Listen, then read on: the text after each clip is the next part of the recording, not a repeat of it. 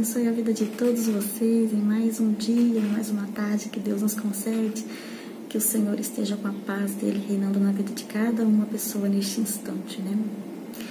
Eu não sei se vocês têm acompanhado o meu canal, acompanhado os vídeos, né? Mas no último vídeo que foi feito, eu fiz ali alguns comentários que vocês pudessem refletir, pensar. Vamos estar estudando a palavra de Deus, né? E adquirindo conhecimento da palavra do Senhor. Tem pessoas que acham difícil estudar a palavra de Deus, acham que precisa de ter aí um curso de teologia, precisa fazer uma faculdade, um mestrado, né? E nem todos têm a condição de fazer um estudo assim. Mas a palavra de Deus, ela é deixada para todos nós. E um dos fatos principais pelo qual Jesus enviou o Espírito Santo, o Espírito Santo ele tem muita função, ele tem muita coisa a fazer. Mas uma das coisas que eu acho lindo e maravilhoso é que o Espírito Santo, ele foi enviado para nos ensinar, ou seja, para nos guiar na palavra, para nos guiar na verdade, que é Cristo, né?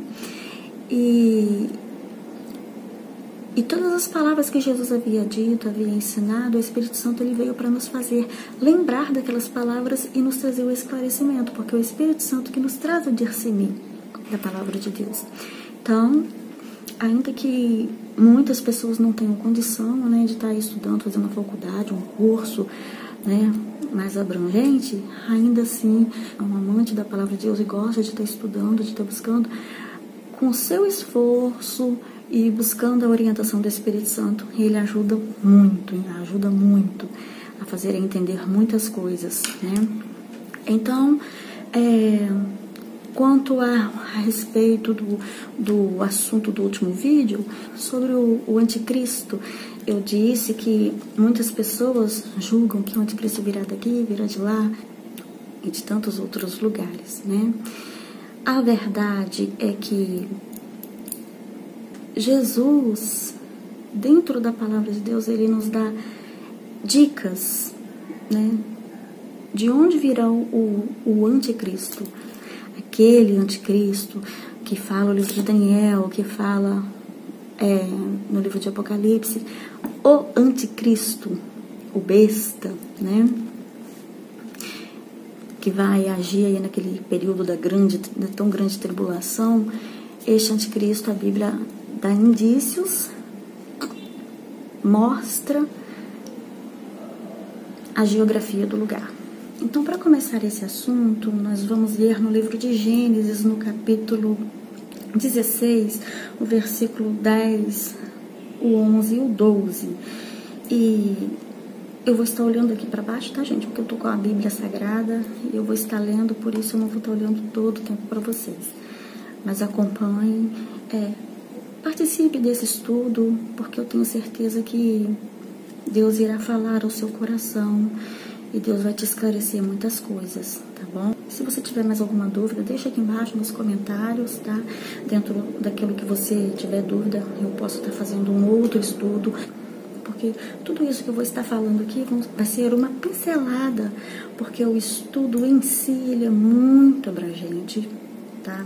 O estudo é muito grande, com muita informação, então o que 1, 2 ou até 3 vídeos não daria conta de tratar todo o assunto, mas com apenas algumas pinceladas, mostrando dentro da palavra de Deus, eu acredito que dá para você entender muita coisa. Então, no livro de Gênesis, no capítulo 16, o versículo 10 até o 12, vai estar falando da seguinte maneira: Disse-lhe mais o anjo do Senhor: multiplicarei sobremaneira a tua semente, que não será contada, por numerosa que será. Deus falando, né? Ali com Agar, serva de Sara, de Abraão. Então, no versículo 11 vai dizer: Disse-lhe também o anjo do Senhor: Eis que concebeste e terás um filho, e chamarás o seu nome de Ismael, porquanto o Senhor ouviu a tua aflição. Ela estava lá, né, abandonada no deserto, e quando ela pensava que tanto ela quanto o filho iria morrer, então ela clamou pelo Deus de Abraão, que enviasse socorro para ela. E ali Deus ouviu a aflição, ouviu a oração dela.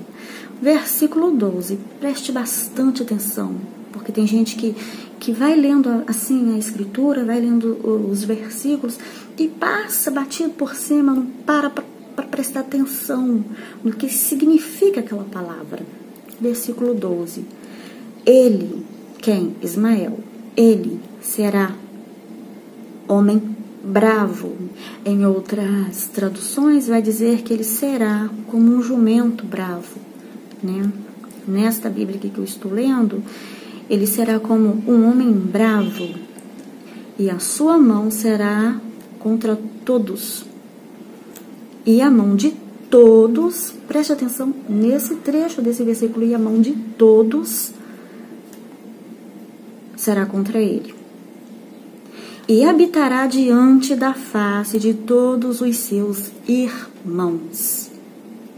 Olha, irmãos, irmãs, meus amigos, minhas amigas, olha a seriedade do fechamento desse versículo.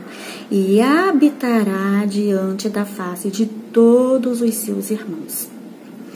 A Bíblia entre tantos personagens, né, inúmeros personagens que tem,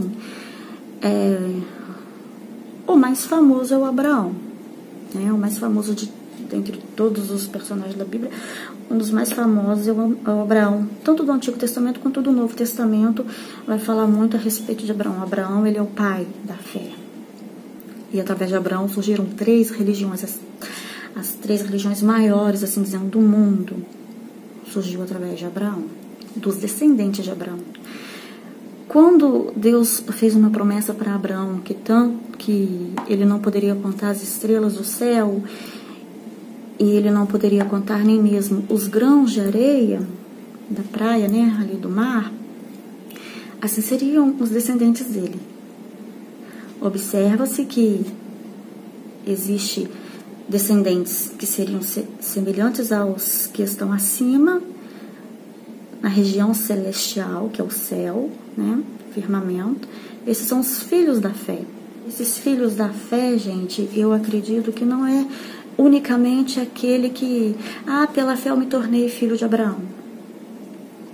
Amém, isso acontece. Quem tem fé em Deus, não sendo judeu, torna-se filho de Abraão, né? Passa a ser parte da igreja, do corpo de Cristo. Mas falando biblicamente exatamente do que quer dizer, significa os filhos da promessa, que seriam todos os descendentes do filho da promessa. Qual é o filho da promessa? Dentro da palavra de Deus, né? E Abraão, e desses 2 primeiros filhos, porque Abraão teve muitos outros filhos, né?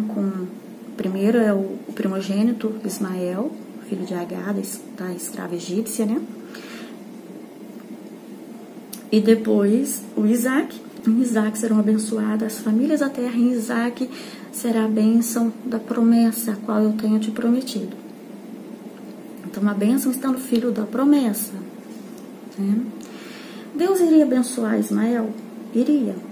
Nós acabamos de ler no livro de Gênesis que Deus iria abençoar ele, fazer dele uma grande nação. Voltando, dos filhos de Isaac nasceram 2, Esaú e Jacó.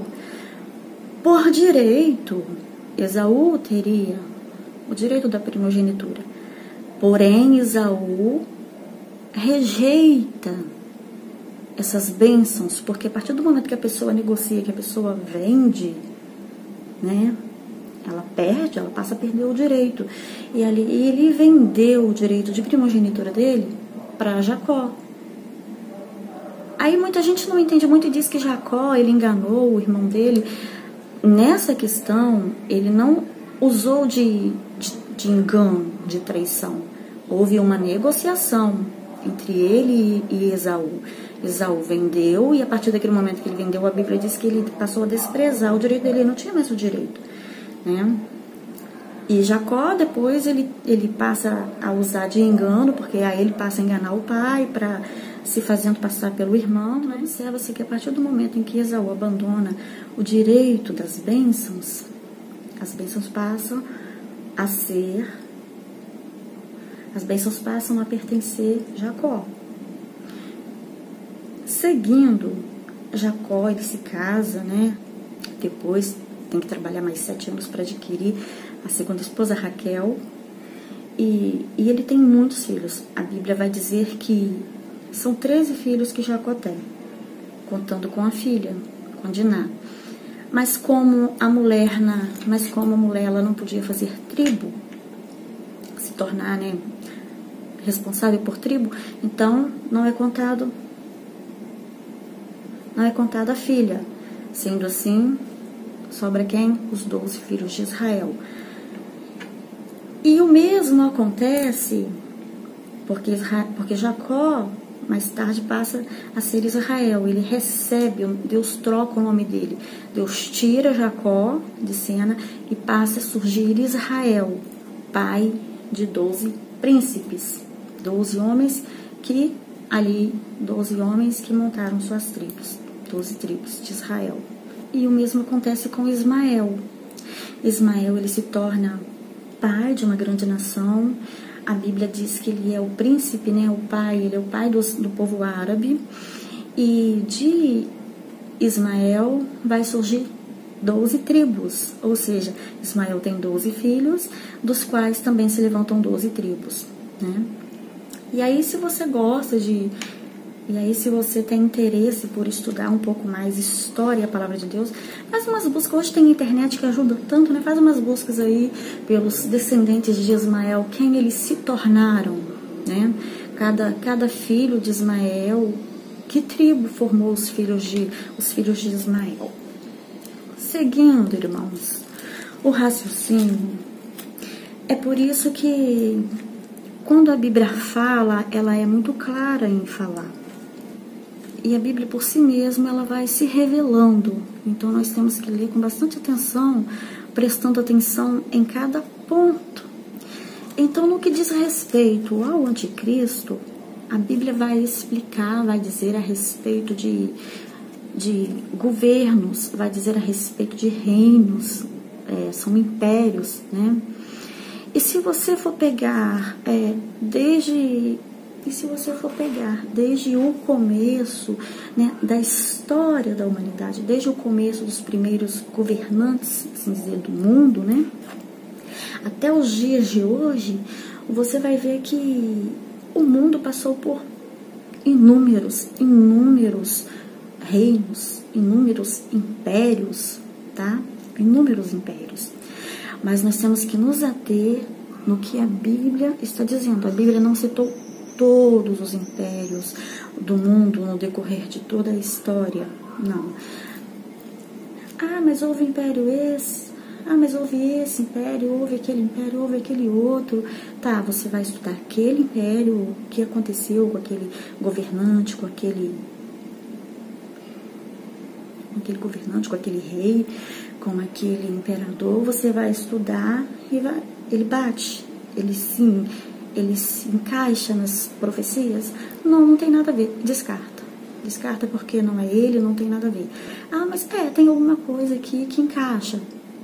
Seleciona, faz outras buscas, estuda mais. E os que mais se encaixarem nas profecias, é a esses que nós temos que ter cuidado. E é com esses que nós temos que aprofundar, assim dizendo. Então nós vamos aprender também que no livro de Jeremias, estou falando do anticristo. O anticristo do Apocalipse. O anticristo que o profeta Daniel tanto falou sobre ele. Ele não pode... Porque, observa só, se você for olhar o mapa, tanto o mapa antigo quanto o mapa atual, para você, em que região está localizada Roma?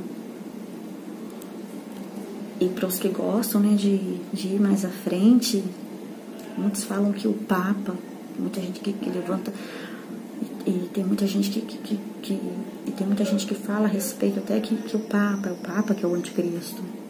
Eu pergunto para você, onde habita o Papa? No Vaticano, Roma, né? Itália.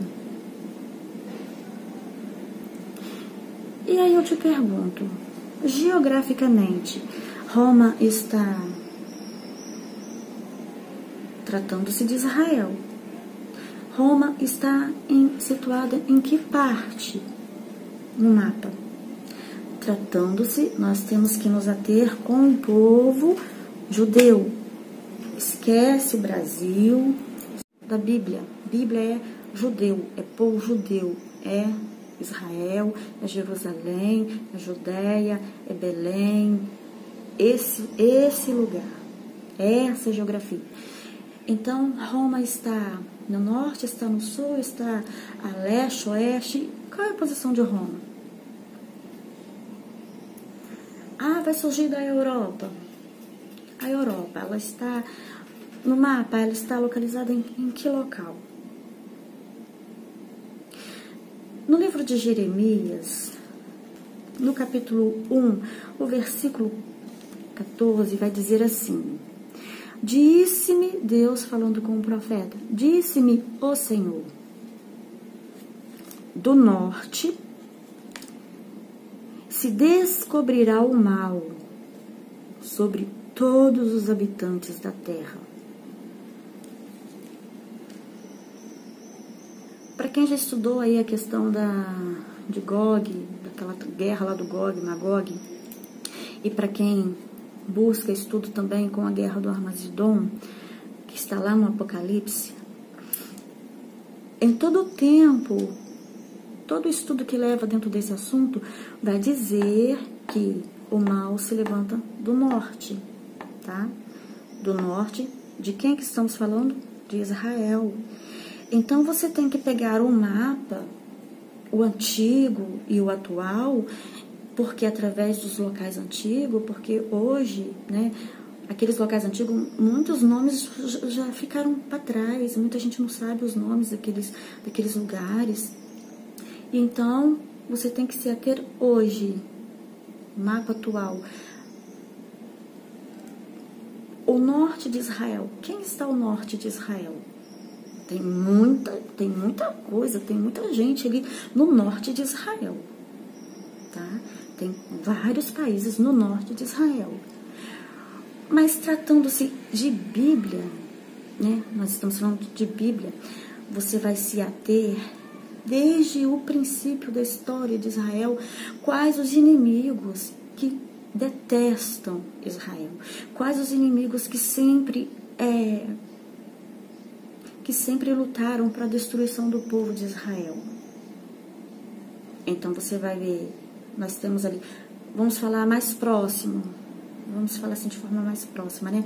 Então nós temos ali no mapa, ao sul, no norte de Israel, nós temos Líbano, nós temos Síria, acima nós temos Turquia, né? Então você pega esses países, que estão ao norte, faz uma busca a respeito deles. E dentro da Bíblia, quem foram eles no passado?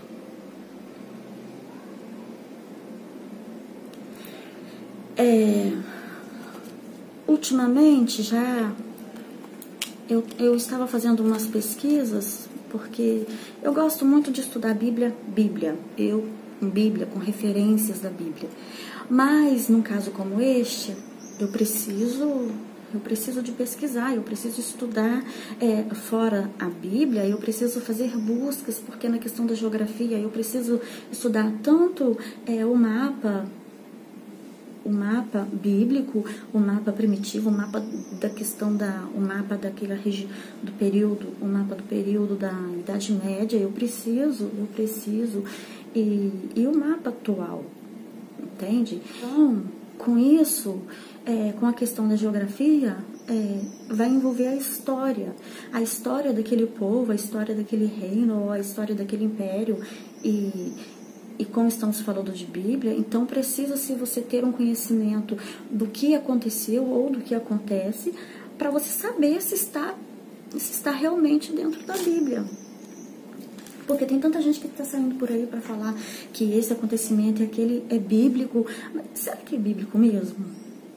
Ah, surgiu um acontecimento tal e é bíblico.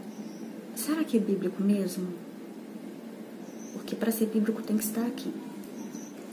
E ainda falando a respeito do Reino do Norte, em Jeremias, no capítulo 4 de Jeremias, no versículo 6, vai dizer a seguinte forma: arvorai a bandeira para Sião, fuge para a vossa salvação. Olha aqui. Não pareis, porque eu trago um mal do norte e uma grande destruição. Aí eu te pergunto, se você examinar o livro de Mateus, no capítulo 24, por ali, que vai falar a respeito da grande tribulação, será que você se lembra de alguma passagem, algum versículo, né, nesse capítulo? Será que você se lembrou de alguma coisa semelhante a isso aqui que Jesus citou? Porque Jesus falou a respeito de que... Porque tem muita gente que afirma que a igreja, ela passa pela grande tribulação, ela vive aqui todo o período da grande tribulação, e muitos acreditam que ela vive ali, né, só a metade, a primeira metade ali da grande tribulação. Mas Jesus, quando ele fala ali no capítulo 24 de Mateus, e quando Mateus registra tudo o que Jesus havia dito, Mateus está falando exatamente, Mateus ali ele não está falando nada com respeito ao povo gentil, Mateus ali não está falando nada para a igreja do Senhor. Mateus, o foco principal de Mateus é pregar aos judeus, falar para o povo judeu. E o que acontece no capítulo 24 de Mateus, quando Jesus ele fala assim, olha, fuja para os montes. Quem estiver em cima no telhado, ou no eirado, né, não desça para pegar nada dentro da sua casa. Fuja para os montes. Jesus está falando a respeito do que está para acontecer na grande tribulação. Então, o que Jesus está querendo dizer ali? Jesus está falando já a respeito do personagem do anticristo, ali já dentro de Jerusalém, fazendo seus ataques. Jesus está falando da figura do anticristo nessa passagem. E por que eles têm que fugir para os montes? Né? Não podem ficar na cidade, tem que fugir para o monte. Se tiver alguém em cima na casa, não pode descer. Jesus está falando de uma batalha, de uma perseguição, de uma guerra que vai acontecer. Porque o anticristo quer tomar Jerusalém, quer tomar o lugar para poder dominar aquilo ali, dominar todos ali. Mas o povo de Israel, o povo judeu, eles não aceitam o anticristo como o Messias deles. Não, tem gente que acha, né, que o anticristo que a Bíblia diz que virá, que Israel vai abraçar esse anticristo como o Messias deles. A Bíblia não me ensinou dessa forma. Eu ainda não encontrei em nenhum versículo da Bíblia afirmando que os judeus irão abraçar o anticristo como se ele fosse o Messias. Eu encontro batalha, guerra. Ele vai tomar aquele lugar pela força, obrigar as pessoas, matar as pessoas. Aquele que se opor contra ele, né? Não, você não é o nosso mestre, você não é o nosso Messias, você não é o nosso Salvador. E aí vai ter muita matança ali naquele momento. E uma coisa bastante interessante que estudando a Bíblia Sagrada eu descobri, né, que muita gente diz assim, isso está na cabeça do povo, né? Não sei de que forma você crê, de que forma você estuda a palavra de Deus. A minha fé é de que a igreja não passa pela grande tribulação. Mas falando do ponto de vista do pré-tribulacionismo, muita gente pensa que o quê? Digo, não só dos que têm essa fé, mas eu digo de forma geral, as pessoas, o mundo pensa que o quê? Que Jesus arrebata a igreja, né? E aí começa a acontecer a questão da grande tribulação, porque o anticristo vem e toma o seu poder, ele se manifesta, né? Ele é revelado ao mundo. E aí muita gente pensa que o quê? O anticristo, ele será um só governo e ele vai dominar o mundo, todo o globo terrestre, assim dizendo, né? E ele vai colocar uma única religião, aí muitos pensam, né? Uma única religião, uma única moeda, uma única ordem mundial, né? Isso é o que muita gente pensa, é o que muitos já pregaram, é o que muitos pregam. Mas examinando a Bíblia Sagrada, eu entendo que o anticristo não vai ser assim tão fácil para ele, não. Porque ao norte de Israel, você olha no mapa e descobre quem está ao norte de Israel. E aí você desce abaixo de Israel, porque a Bíblia tem profecia para se cumprir com o sul de Israel. Vai haver uma batalha muito grande do que se levanta no norte contra o que está no sul, tá? Então você leia o livro de Daniel, todo o capítulo 7, com bastante atenção, porque vai falar a respeito dos 4 animais, tá? Esses 4 animais estão também com uma ligação muito forte com a estátua, com aquela estátua que Nabucodonosor havia sonhado, e Daniel ali, ele deu a interpretação da estátua. Então você estuda a estátua de Daniel, cabeça de ouro, ali aquele corpo com ouro, prata, bronze e ferro, e os pés com barro e ferro, né? E vem aqui estudar esses 4 animais, tá? E dentro desse estudo, Deus também está citando regiões. Será que o que o homem diz é mais válido do que o que Deus está dizendo? Porque quando Deus usa ali o profeta Daniel, é Deus que está falando com ele, né? Então ali Deus já mostra para Daniel, já indica regiões, os domínios, os impérios, né? E então o que me deixou assim bastante curiosa foi que a respeito dos 4 animais, observa que no capítulo 7 do livro de Daniel, o versículo 12 vai dizer assim: e quanto aos 4 animais, existiam 4 animais, foi-lhes tirado o domínio. Nenhum desses 4 animais mais, vai chegar um período em que nenhum deles mais vai dominar. Foi tirado o domínio dos 4. Todavia, foi-lhes dada prolongação de vida até certo espaço de tempo. Gente, isso é muito revelador. Esses 4 animais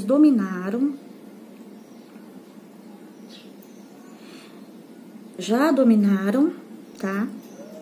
E chegou um período em que foi tirado deles o domínio e eles não dominarão mais os 4. Os 4 não dominarão mais durante um período em que Deus colocou. E Daniel, ele ficou admirado, ele ficou doente até, tá? Ele perturbado, sem entender o que ele estava vendo, ouvindo. E aí ele ora a Deus para que Deus faça ele entender as profecias de tudo que ele estava vendo e ouvindo, né? E aí o Senhor começa a revelar para ele e dá para ele todos os significados. Aqui no versículo 23, ainda do capítulo 7 de Daniel, o versículo 23 diz assim, olha, disse assim, o Senhor falando com Daniel, né? O quarto animal será o quarto reino na terra, o qual será diferente de todos os reinos e devorará toda a terra e pisará aos pés e fará em pedaços. Estamos falando do quarto animal. Estamos falando da guerra, de pisar, de tomar a força, né? Querer dominar com violência. E observa que o versículo 24, olha só.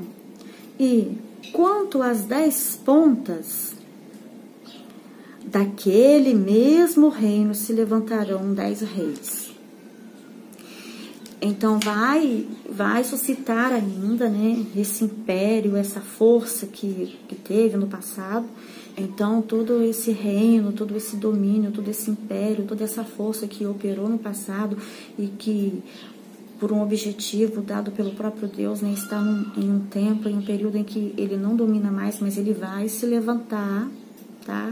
No tempo do fim ele vai se levantar, e é dentro desse mesmo reino, dentro desse mesmo império, dentro deste mesmo domínio, é que vai se levantar 10 reis.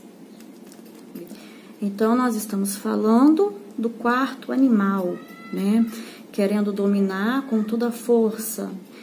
E voltando no raciocínio e no assunto do rei, tanto do norte quanto do sul, isso está registrado no livro de Daniel. Então prestem bastante atenção que aqui no versículo 11 do livro de Daniel, no capítulo 27, vai falar de novo a respeito da guerra que vai haver entre o norte e o sul, né? Nós já sabemos que o anticristo virá do norte. E ele vem se opondo e se levantando contra todos, contra tudo e contra todos. Mas vai existir uma certa resistência de muitos países ao redor, tá? Vai acontecer uma resistência. Não é todo mundo que vai aceitando ele assim, beijando ele e adorando ele. Não, vai haver uma grande resistência. Por isso, uma tão terrível tribulação que nunca houve e nunca haverá, porque a perseguição vai ser muito grande. Então, aqui no versículo 27 do capítulo 11 de Daniel, vai falar de novo a respeito da guerra desses 2 reis, do norte e do sul, e observa que eles têm um coração voltado para o mal, e diz que, e a mesma mesa falarão mentira. Eles estão totalmente voltados para o mal. E ainda assim, eles prevalecem um contra o outro. O rei do norte, ele volta, né, para o lugar dele. Versículo 29. No tempo determinado, tornará a vir contra o sul. Quem vai vir contra o sul no tempo determinado? De novo, no caso, né? No tempo determinado, tornará a vir contra o sul, mas não será a última vez, como foi na primeira. Porque virão contra ele navios de Quitim, que lhe causarão tristezas. Voltará e se indignará contra o santo concerto, e fará com que lhe apraz, e ainda voltará, aqui ele já vai estar entrando ali dentro das terras de Jerusalém, nesse trajeto que ele faz de guerrear contra o rei do sul, né? Ele passa ali dentro de Jerusalém, porque Jerusalém, Israel está ali no centro, está ali no meio, né? E ele passa por ali fazendo uma terrível guerra. E versículo 30, né? E fará que lhe apraz, e ainda voltará e atenderá aos que tiverem desamparado o santo concerto. Ali dentro de Jerusalém, dentro de Israel, vai ter muitos que não vão resistir não vão suportar a perseguição, a guerra, a matança, né? E vão se render, vão abandonar o santo concerto, né? E aí, ó, vai sair desse rei do norte, né? E sairão a ele uns braços que profanarão o santuário. Vai sair uns braços. O que significa isso? Vão sair, né, dele pessoas que ele vai titular, né? Eu penso assim, pessoas que ele vai dar uma certa autoridade ali. E essas pessoas serão esses braços que vai sair dele. E essas pessoas sairão para profanar o santuário e a fortaleza, o santuário de Deus, né? O templo de Deus. É por isso que eu acredito muito que aquela mesquita, naquele local ali, né, no templo onde havia o templo de Salomão, por isso que eu acredito muito que aquela mesquita, por algum motivo, de alguma forma, ela vai cair para ser reerguido o terceiro templo, o templo de Salomão, né? Ser reerguido agora pela terceira vez. Eu acredito muito nisso por conta do que a Bíblia diz, né? E ele vai profanar ali, né, contra o santuário e a fortaleza. Tirarão o contínuo sacrifício, estabelecendo a abominação desoladora, né? O que Jesus falou? Que aconteceu lá na profecia do profeta Daniel, de quando que estiver acontecendo a abominação do desolador no lugar santo, né? Quem leia isso, entenda, gente, que entenda. E aos violadores, versículo 32, e aos violadores do concerto, ele com lisonjas perverterá, mas o povo que conhecem ao seu Deus se esforçará e fará proezas. Então, em todo o povo judeu ali, né, tem os que não vão resistir, vão cair diante das lutas, diante da terrível perseguição, vão profanar o nome de Deus, o santuário de Deus, mas os que permanecem firmes, não, mas temos um Deus e nós esperamos o nosso Messias, ele vai nos enviar o nosso Messias, nós não vamos adorar, não vamos nos prostrar, não vamos aceitar o iníquo, né? E Deus vai abençoar a vida desse povo, que se manter firme, né? Se manter firme no propósito de obedecer a palavra de Deus. Versículo 35 ainda diz: e alguns dos entendidos cairão para serem provados e purificados e embranquecidos até ao fim do tempo, porque será ainda no tempo determinado. Então nós estamos falando do período da grande tribulação. Tem uma grande tribulação acontecendo aqui. E a grande tribulação não é nada mais e nada menos que Deus castigando o povo judeu, o povo de Israel, porque a salvação ela vem dos judeus, né? Jesus falou, a salvação vem dos judeus, mas todo ele foi enviado para os que era dele, e os seus não receberam, rejeitaram, mas todo quanto receber, eles dado o direito de serem feitos filhos de Deus. Mas esses que rejeitou, que são os filhos da promessa, que Deus prometeu a Abraão lá atrás, se lembra? Serão punidos por Deus, para que através da punição, através da disciplina de Deus, eles venham se arrepender, porque a salvação está no arrependimento. Ainda falando a respeito do rei do norte, né, e do anticristo, seguindo ainda no capítulo 11 de Daniel, no versículo 36, diz assim: e este rei fará conforme a sua vontade, e se levantará e se engrandecerá sobre todo o Deus. Todo o Deus. Esse Deus, os deuses das nações, tá? E contra o Deus dos deuses.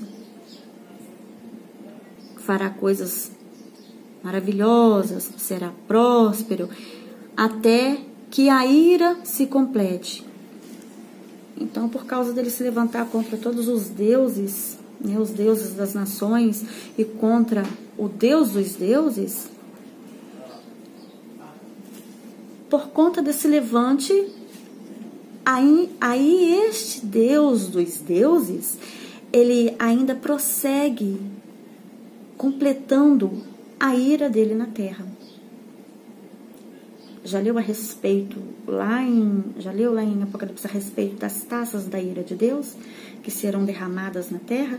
Tem gente dizendo que o que acontece hoje nos nossos dias acontece coisas, né, terríveis, e tem gente para dizer, é a ira de Deus.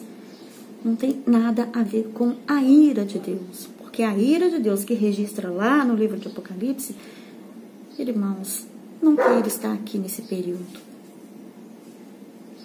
Seguindo aqui, versículo 37, ainda do capítulo 11, né, de Daniel.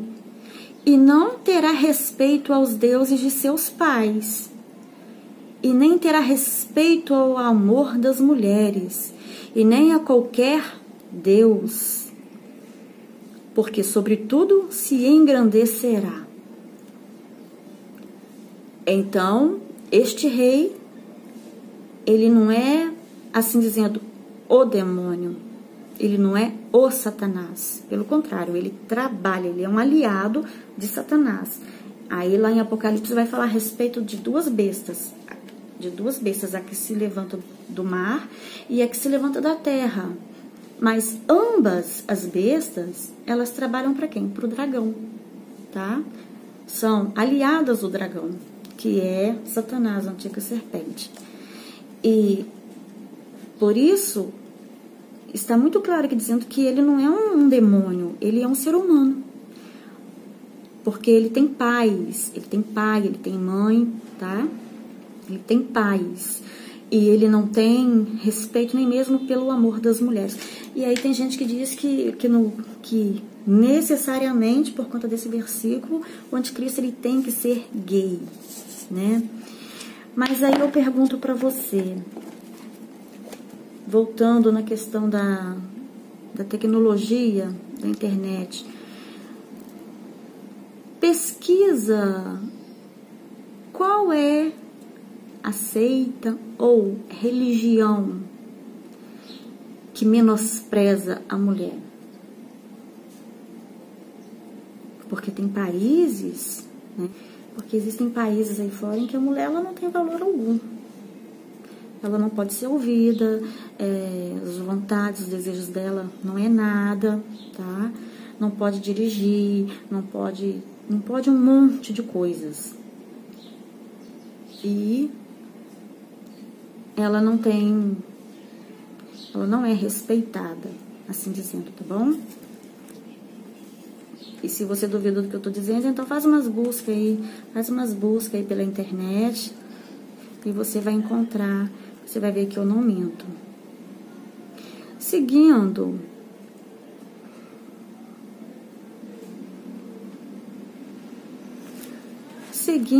aqui no versículo 40, e no fim do tempo, o rei do sul lutará contra ele, e o rei do norte o acometerá com carros, e com cavalos, e cavaleiros, e com muitos navios, e entrará nas terras, e as inundará, e as passará.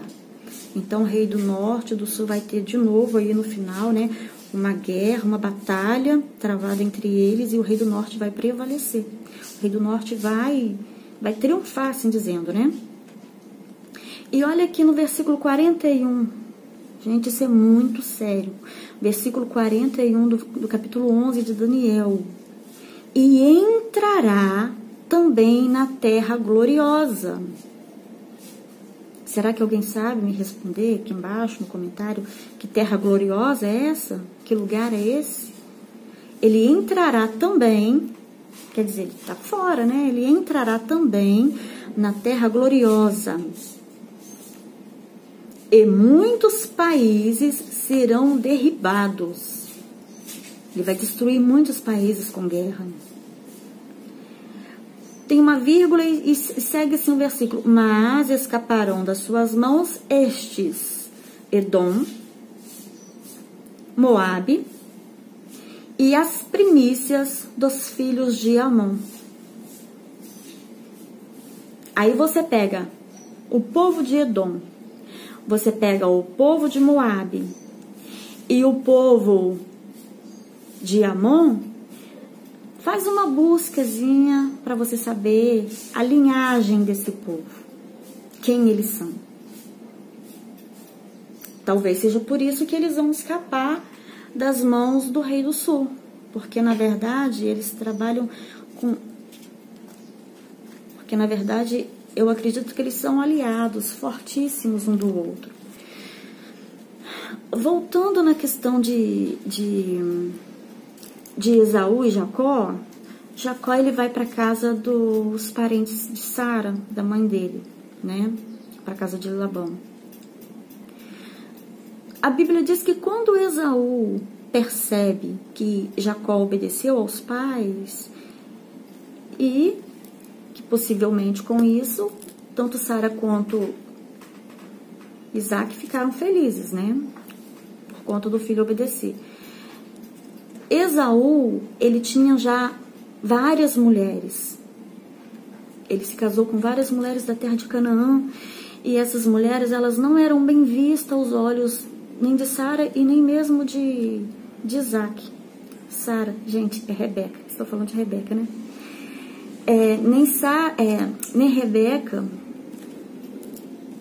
Nem Rebeca e nem Isaac aprovava muito o casamento de Esaú com as filhas de Canaã. E ele não tinha uma só esposa, ele tinha mais de uma esposa.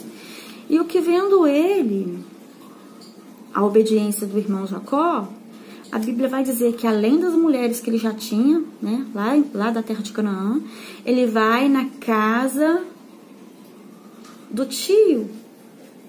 Ele vai na casa dos descendentes de Ismael, porque Ismael é irmão de Isaac, né? Sendo assim, Ismael é tio de Esaú. Então, Esaú vai na casa do tio, Ismael, e dali ele se casa com uma filha dos descendentes de Ismael. E Esaú, ele também se torna um príncipe, assim dizendo. Ele tem um povo. E se não me foge a memória, esse povo aqui mencionado, no versículo 41, Edom, me parece ser os descendentes de Esaú, com essa linhagem dele com a filha dos descendentes de Ismael. Versículo 42, ele estenderá a sua mão às terras. Quem? O rei do norte, né? Ele estenderá a sua mão às terras, e a terra do Egito não escapará. Então, se você observar o mapa, você vai ver que quem está ao sul de Israel é o Egito. E a Bíblia está sendo muito coerente em tudo isso que eu estou dizendo, né, gente? Vocês estão vendo que a Bíblia que eu estou lendo, o rei do Egito não escapará. E apoderar-se-á dos tesouros de ouro e de prata, e de todas as coisas desejáveis do Egito, e os lábios e os líbios. E apoderar-se-á dos tesouros de ouro e de prata, de todas as coisas desejáveis do Egito, e os líbios e os etíopes os seguirão. Versículo 44. Mas os rumores do Oriente e do Norte o espantarão, e sairá com grande furor para destruir este para muitos.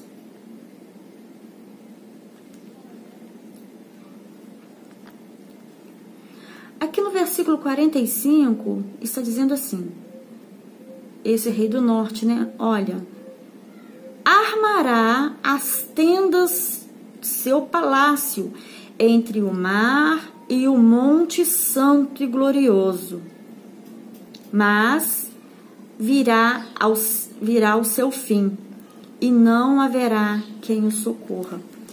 Então, observa que o anticristo, ele entra, né, na Terra Gloriosa, e ali ele tenta tomar a Terra Gloriosa pela força, usando a força, né, a violência, e diz aqui, ó, que ele vai armar as tendas dele, a tenda palaciana.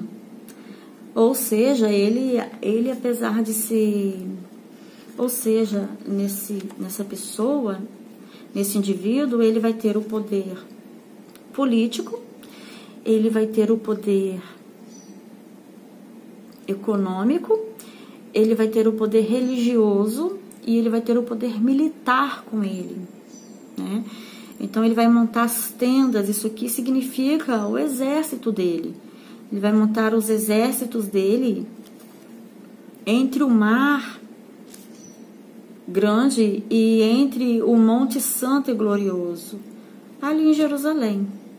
Ele vai procurar estar bem próximo, né, do templo de Deus, porque ali existe um vale. Existe um vale ali. Gente, em todo esse estudo, eu trago para vocês a geografia, né, de onde se levanta esse tal terrível anticristo. Eu quero deixar bem claro para vocês que a respeito desse ser, então você tem que olhar as características dessa pessoa, desse indivíduo. E aqui no livro de Tessalonicense, no capítulo 2, é a segunda epístola, tá? Em 2 Tessalonicense, no capítulo 2, o versículo 3, diz assim: ninguém de maneira alguma vos engane, porque não será assim, sem que antes venha a apostasia e se manifeste o homem do pecado, o filho da perdição. Esse versículo faz uma grande confusão na cabeça de muita gente por conta da palavra apostasia, tá? Porque tem que acontecer a apostasia primeiro para que aconteça, para que ele se manifeste. E a apostasia, na tradução, na nossa língua, né, no nosso português, a gente entende o que é apostasia na nossa tradução. Mas, pegando esse versículo e essa palavra no original do grego, apostasia no grego, a sua tradução, é bem diferente do que é traduzido para nós, tá? E eu fiz uma pequena pesquisa a respeito, e a apostasia da palavra grega, o significado dela, significa afastamento. E tudo indica que o quê? Tem que acontecer primeiro um afastamento. Um afastamento, uma separação, né? E aí segue a pergunta: que afastamento é esse? Que separação é essa? Só que seguindo o versículo vai dizer, olha, a apostasia, né? E se manifesta o homem do pecado, o filho da perdição, o qual se opõe, olha aqui de novo ele se opondo e se levantando contra tudo o que se chama Deus, ou coisas que adora a Deus, né? O qual se opõe e se levanta contra tudo o que se chama Deus ou se adora, de sorte que se assentará como Deus no templo de Deus, querendo parecer-se com Deus. Não vos lembreis de que essas coisas vos dizia quando eu ainda estava convosco? Então, aqui Paulo ele está falando aos Tessalonicenses, né? E Paulo ele estava preso, mas aí ele manda essa carta dizendo: eu estava com vocês, eu já falava para vocês a respeito do anticristo, a respeito do que ele há de fazer, das características dele, né? Eu já falava para vocês. Então, e esse assunto já era um assunto que era muito pregado no tempo da igreja primitiva.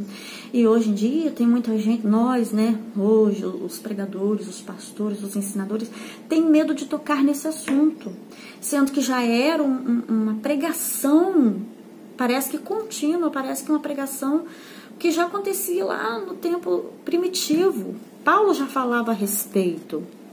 João também, lá em 1 João, vai dizer a respeito do filho, do espírito do anticristo. 1 João, capítulo 4, você vai ver ali que ele vai dizer, todo aquele, deixa eu ler para vocês, né, para não ficar só nas minhas palavras, porque é bom, eu gosto de mostrar dentro da Bíblia Sagrada. 1 João, no capítulo 4, vai dizer o seguinte, o versículo 1 e o 3, olha só o que está dizendo. Amados, não creiais a todo o espírito, mas provai se os espíritos são de Deus, porque já muitos falsos profetas se levantam no mundo. Né? Nisto conhecereis o espírito que vem de Deus. Olha só como que se conhece. Todo espírito que confessa que Jesus Cristo veio em carne é de Deus. Jesus, ele veio, quer dizer que ele já existia, né? Essa é a nossa fé. Ele existia no céu e ele veio, se fez carne. Então, todo aquele que confessa dessa forma, esse tipo de espírito é de Deus, vem da parte de Deus. Versículo 3, e todo o espírito que não confessa que Jesus Cristo veio em carne, não é de Deus. Mas, olha só, mas este é o espírito do anticristo, do qual, aí João falando de novo, João aqui, olha, do qual já ouvistes que há de vir, e eis que este, ele já está no mundo, o espírito do anticristo já está no mundo operando, desde sempre, né? Mas o anticristo, ele ainda não está dominando. Por quê? Porque ainda tem quem o detém. Tem algo, tem alguém, tem algo aqui neste mundo, na terra, que o detém. Que não deixa ele se manifestar e ele fazer tudo que ele tem de maldade para fazer. Né? E aí precisa acontecer a apostasia, precisa acontecer esse retirar, né, deste algo que o detém, precisa se retirar deste algo para que aí ele venha se manifestar. E aí ele se manifestando, Deus começa a derramar as taças da ira na terra. Como eu disse para vocês, tudo isso que eu estou falando, eu estou dando umas pinceladas, para que você venha ter esse conhecimento, para que tudo que eu tenho dito, né, venha te despertar para meditar, para refletir, e assim você não seja enganado. Porque muita gente são enganadas porque elas mesmas não estudam, né? Fica acreditando no que o A disse, no que o B disse, no que o C. Você precisa estudar para você adquirir conhecimento, para que ninguém venha te enganar. Para quando você ouvir o A, o B e o C, você sabendo, você conhecendo, você saber de onde que está vindo a verdade e dizer, não, ali tem coisa de Deus, aquilo ali provém de Deus, porque você tem... Por quê? Porque você está buscando pelo Espírito de Deus a conhecer a verdade. E um fato bastante interessante, irmãos, deixa eu ver se eu volto cá rapidinho. Eu me perdi aqui com tanta informação, mas do principal motivo pelo qual o anticristo vem, o principal motivo pelo qual o anticristo vai vir, irmãos, é porque o povo rejeita a verdade. Então, observa que a verdade está sendo anunciada, está sendo pregada, está sendo falada, e o povo tem rejeitado. Quem é a verdade? O povo tem rejeitado a verdade. Então, por conta de rejeitar a verdade, aí vai acontecer um afastamento, né? E aí o anticristo, ele se manifesta. Observa que na 2 Tessalonicenses, ainda no capítulo 2, no versículo 9, olha... Versículo 8. E então será revelado o iníquo, ou seja, a quem o Senhor desfará pelo sopro da sua boca, e aniquilar pelo esplendor da sua vinda. Então, na vinda de Jesus, quando Jesus vier, e não está se tratando de arrebatamento, porque isso aqui, quando ele vier, é ele vindo para reinar na terra, ele vindo para tomar a posição, tomar o lugar dele lá dentro de Jerusalém, tá? Ah, mas eu não acredito que vai ter essa vinda dele na terra. Não tem como isso acontecer, porque onde é que você me prova isso dentro da Bíblia Sagrada? Vou te mostrar isso agora. Que aqui no livro de Apocalipse, no capítulo 1 de Apocalipse, olha onde está registrado. Está registrado também em outros livros, como no caso do profeta Zacarias, tá? Mas olha aqui no livro de... tem gente que, não, só acredito no Novo Testamento. O Velho Testamento eu não creio nada. Olha, irmãos, cuidado, tá? No livro de Apocalipse, no capítulo 1, no versículo 7, diz assim, olha, eis que vem com as nuvens, Jesus vindo com as nuvens, e aqui não é para arrebatar a igreja, não, aqui ele vem para reinar na terra, olha, eis que venho com as nuvens, todo o olho o verá, tá? Todo o olho o verá, até mesmo os que o transpassaram. E todas as tribos da terra se jubilarão? Não. Então não vai haver júbilo, não vai haver felicidade, não vai haver alegria. Mas é Jesus que está vindo, todo olho está vendo. Por que eles não estão se alegrando? Por quê, irmãos? Por que o povo não está se alegrando? Porque tem uma prestação de conta aqui nesse versículo. Hein? Todas as tribos da terra se lamentarão. Todas as tribos da terra se lamentarão sobre ele. Sim, todos vão se lamentar. Por quê? Porque rejeitou ele. Voltando a falar a respeito do domínio dos 4 reinos que Daniel falou, né? Que será tomado deles o domínio e eles vão ficar sem reinar por um tempo. Olha o que a Bíblia vai dizer. E a besta que era. Então essa besta, ela é um domínio, ela é um governo, ela é um domínio, ela é um tipo de império, tá? E essa besta, ela foi antes. E aqui o apóstolo João está falando, ela era, né? E João está falando, ela já foi antes de João. E aí ele vai dizer, essa besta, ela já era. E aí João está dizendo, e a besta que era, ou seja, ela foi bem antes de João, né? A besta que era e já não é. Ela era antes de João, não é no tempo dele. No tempo que ele está profetizando, ela ainda não tinha voltado o domínio, ela ainda não tinha voltado o poder dela, no tempo em que ele estava profetizando. E aí ele diz, e ela também o 8º, e é um dos 7 que vai para a perdição. Então essa besta, ela era, não é, mas ela vai vir, tá? Ela vai vir para reinar, mas vai reinar em tempo também determinado, porque Jesus vai vir para poder desfazer essa besta com o sopro da boca dele. Com o sopro da boca dele, essa besta ela vai ser desfeita. E aqui no capítulo 19, versículo 20, aqui no versículo 19 do capítulo 19 de Apocalipse, vai dizer o seguinte: e vi a besta, e os reis da terra, e os exércitos reunidos, para fazerem guerra àquele que estava sentado sobre o cavalo.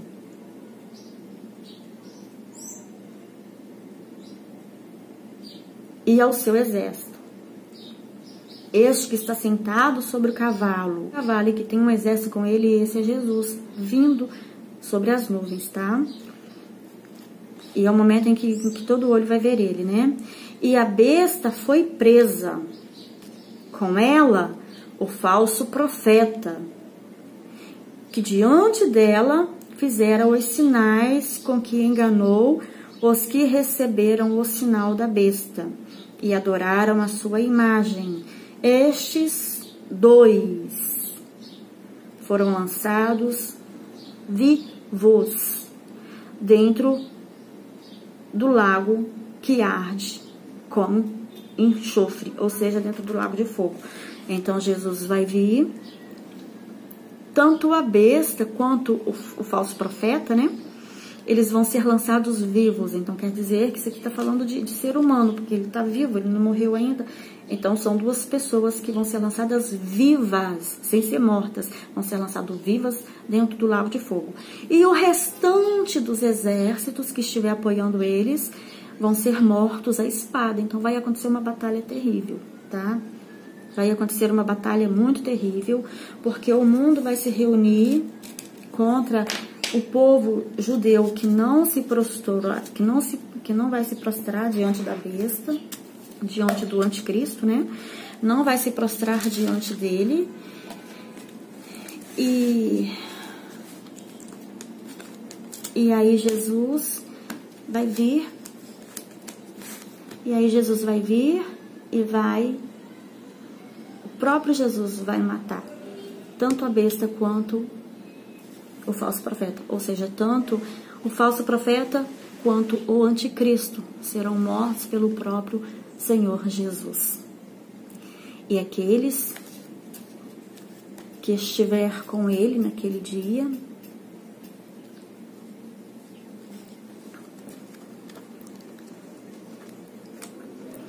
e aí Jesus virá e Jesus vai colocar ordem neste mundo, Jesus vai colocar ordem nessa terra toda bagunçada, né? Toda desorganizada, com tanta injustiça acontecendo. Jesus vai vir, vai fazer a sua justiça e vai estabelecer o seu trono, o seu reino e vai conceder paz. E vai conceder a paz. Esse 1000 anos em que Jesus está reinando é 1000 anos, irmãos. É um espaço, é um período determinado por Deus de 1000 anos. É um espaço dentro do tempo. Porque depois disso, aí vai seguir-se. Porque nesse período, a antiga serpente, né, o Satanás, ele vai estar preso. Ele não pode fazer maldade contra ninguém. Mas depois disso, ele vai ser solto e ele vai... E aí ele vai enganar as nações novamente, para poder se levantar, reunir o mundo contra Jerusalém, contra os que estiverem com Cristo. E só depois disso, então, vai se seguir o juízo final. Né? O juízo final é o ponto final em que Deus coloca assim, não, agora eu vou pôr fim em tudo, vou julgar e Satanás vai ser julgado, os demônios vão ser julgados e todos aqueles que serviram a ele, que crêem nele, que obedeceram a ele vão ficar com ele, né, na perdição eterna. E os que aceitaram a verdade, os que querem paz, os que são pessoas boas, que desejam a justiça, né? Esses vão estar comigo e para sempre, tá? Eu espero que, com tudo que eu disse, eu desejo de todo o meu coração que venha surgir um grande efeito na sua vida, que venha ser de grande proveito, né? E se você tiver dúvida, não fique com essa dúvida. Coloca aqui embaixo no comentário, porque eu tenho o prazer de ler o seu comentário, tá? Leio todos eles eu leio, respondo e fica aqui. Eu aconselho você a examinar, a tirar um tempinho para Deus. Faça igual Marta não, tá? Faça igual a Maria. Tira um tempinho para Deus, tire um tempinho para a palavra de Deus, tire um tempinho para examinar, para estudar. Porque assim você fazendo, você vai estar mais próximo do Senhor e o Senhor Jesus te abençoando, tá bom? Até o próximo vídeo. Deus abençoe vocês.